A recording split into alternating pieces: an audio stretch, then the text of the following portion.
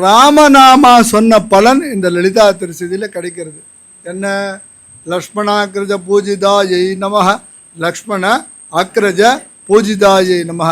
லக்ஷ்மணனுடைய அண்ணன் ராமன், பிரபு ராமன், அவனுடைய நாமாவளி இங்கே வந்துடுது. அதனால் சௌக்கியமாக ராமபிரானுடைய பேரருள் எல்லாருக்கும் கிருஷ்ணாவதாரமும் ராமாவதாரம் வரும்போது ராமனை சொன்னால் தான், பிரபு ராமன் சொன்னால் தான் எல்லாருக்கும் பிடிக்கும். அந்த இது இங்கே வந்துடுது. பிரபு ராமன் சொன்னால் தான் வருதா, கிருஷ்ணனை சொன்னால் வரலையான்னா நிச்சயமாக இவ கிருஷ்ணாங்கரியை நமகன்னு சொல்கிற மாதிரி இவ தான் யசோதா கர்ப்ப சம்பூதா, இவ தான் யசோதையினுடைய வயிற்றில் கர்ப்பத்தில் இருந்தவ அப்படின்னு சொல்லிட்டு இந்த மகராகிய நிதி, குந்தாகிய நிதி, சுகச்சப நிதி, முகுந்த நிதி, மகாநிதி, சங்கநிதி, பத்மநிதி சொன்னேன்னு இல்லையோ, இந்த நிதிகள் எல்லாமே எல்லாருக்கும் லக்ஷ்மி கடாட்சம்தான். எல்லாருக்கும் யாருக்கு வேண்டாம் தனம்? எல்லோராலும் விரும்பப்படுவது தனம்.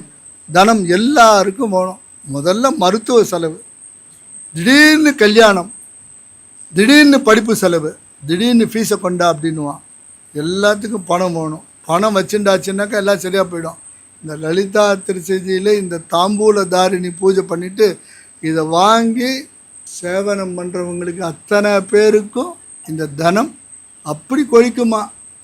என்ன அப்படியே கிம் கரோமி கிம் கரோமின்னு சொல்கிற மாதிரி